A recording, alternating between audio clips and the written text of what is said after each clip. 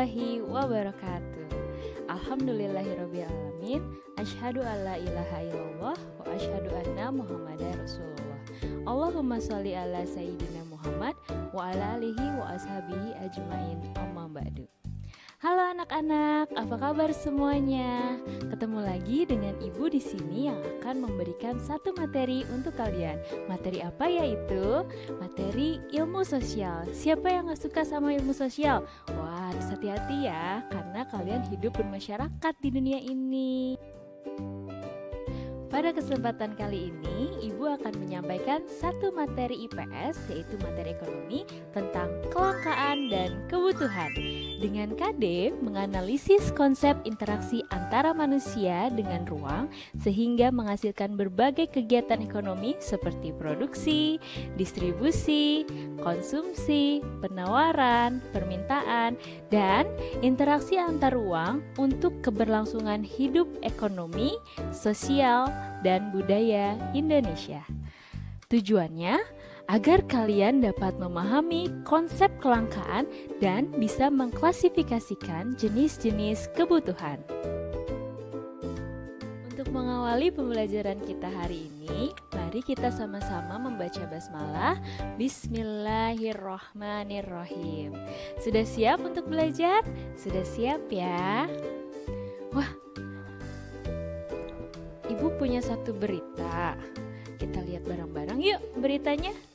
Bersama berita mengenai 2 warga negara Indonesia yang positif terpapar virus corona ini membuat warga kemudian menyerbu apotik dan juga minimarket untuk memborong masker serta cairan antiseptik pembersih tangan.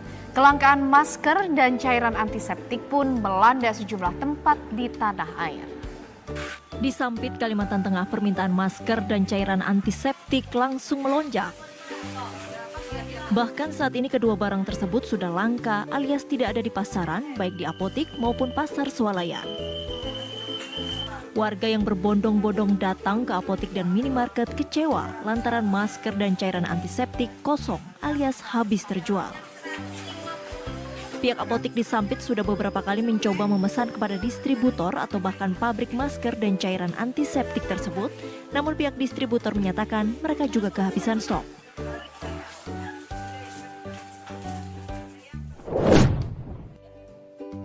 Ternyata di awal pandemi COVID-19 di Indonesia, kita pernah mengalami satu kelangkaan, yaitu kelangkaan masker. Kok bisa ya disebut kelangkaan? Kenapa sih? Apa sih itu kelangkaan? 4 penyebab kelangkaan diantaranya ada keterbatasan benda di alam. Yang kedua, kerusakan sumber daya alam karena manusia. Yang ketiga, keterbatasan manusia mengelola sumber daya alam. Dan yang keempat, peningkatan kebutuhan yang sangat cepat. Nah, dari video tadi ternyata kita mengalami kelangkaan masker karena hal yang keempat ini nih, peningkatan kebutuhan yang begitu cepat. Karena pada awal pandemi kita manusia harus menggunakan masker agar mengurangi penularan COVID-19. Nah, jadi dapat disimpulkan nih, kalau kelangkaan itu adalah kondisi di mana jumlah kebutuhan manusia yang tidak terbatas, tapi alat pemuas kebutuhannya sangat terbatas. Nah, kita lanjutin lagi nih, kita akan membahas kebutuhan, karena kelangkaan pun terjadi karena kebutuhan manusia itu sendiri. Apa sih kebutuhan?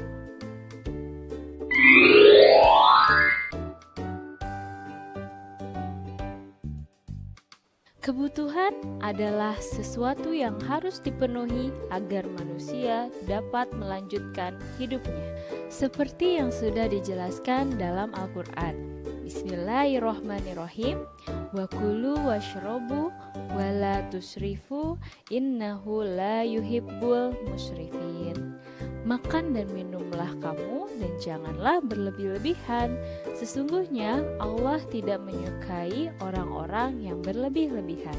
Quran Surat Al-A'raf ayat 31. Berbicara tentang kebutuhan, setiap manusia memiliki kebutuhan yang berbeda-beda. ada beberapa faktor nih yang dapat mempengaruhi kebutuhan manusia. Faktor yang pertama, ada tempat tinggal. Orang yang tinggal di gunung dengan yang tinggal di pantai pasti punya kebutuhan yang berbeda. Misalnya nih, kalau di gunung akan menggunakan pakaian tebal, maka permintaan akan pakaian tebal begitu banyak. Beda dengan di pantai. Kalau di pantai kayaknya pakaian tebal tidak dibutuhkan ya. Yang kedua, ada usia. Usia itu kan berbagai macam ya. Ada anak bayi, ada anak balita, ada anak remaja, juga ada anak dewasa.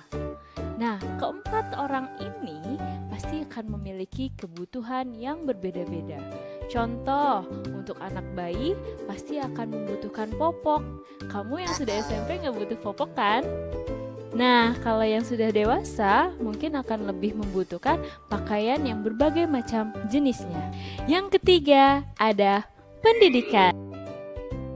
Pendidikan di Indonesia ada anak TK, ada anak SD, ada anak SMP, ada anak SMA, dan anak kuliahan. Nah, dari kelima pendidikan yang ada di Indonesia, semua pasti memiliki kebutuhan yang berbeda-beda. Anak SD belum butuh laptop. Kalau anak kuliahan, anak SMA, anak SMP sudah mulai membutuhkan laptop. Yang keempat adalah pendapatan. Tahu kan pendapatan itu apa? Iya, pasti tidak jauh dari uang.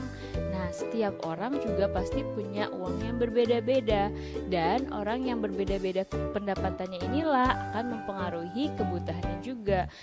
Yang kelima ada selera. Selera di sini misalkan ibu menyukai barang yang berwarna biru. Kalau kamu menyukai barang yang berwarna merah, maka dalam membeli barang yang sama, kita pasti akan berbeda warna, betul nggak? Yang keenam, yang terakhir nih, ada jenis kelamin. Ada bapak-bapak, ada ibu-ibu, ada anak perempuan, ada anak laki-laki. Kebutuhannya pasti berbeda dong. Kalau yang perempuan pasti membutuhkan hijab. Kalau yang laki-laki nggak butuh hijab, mereka hanya butuh peci. Itulah faktor-faktor yang mempengaruhi kebutuhan setiap manusia. Kita lanjut ya ke materi berikutnya. Sekarang kita akan membahas macam-macam kebutuhan. Macam-macam kebutuhan kita bedakan menjadi 4 ya. Yang pertama berdasarkan intensitasnya. Yang kedua berdasarkan sifatnya. Yang ketiga berdasarkan waktu. Dan yang terakhir berdasarkan subjek.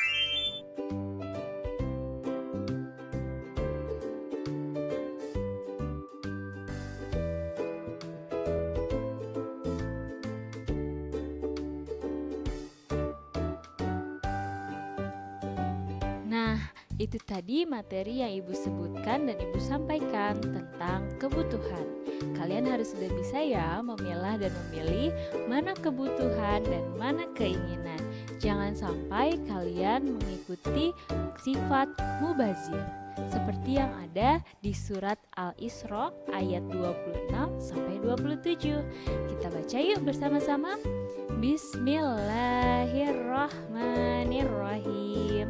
Wala tubazzir tabziran innal mubazzirina kanu ikhwanas sayatin.